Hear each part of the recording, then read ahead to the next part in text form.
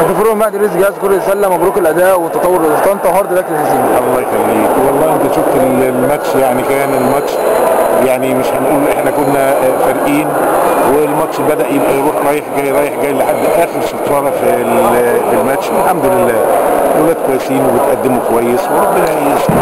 انا عارف فرقه الاهلي برضو يعني مش سهله. خليط من لعيبه الجزيره على لعيبه الزمالك على لعيبه لا، ورغم كل ده احنا كنا متفوقين عليهم وراكبينهم يعني الكره الاول راكبينهم. والتاني ما جاش برضه غير في الاخر، ولما جالهم 13 فرق جبناه. لا احنا يعني كويسين والحمد لله، والولاد ادوا اللي عليهم اكتر شويه، فانا زي الفل. طمنا على اخبار الفرقه الفتره الجايه يا كابتن. والله الفتره الجايه ربنا يسهل ان شاء الله.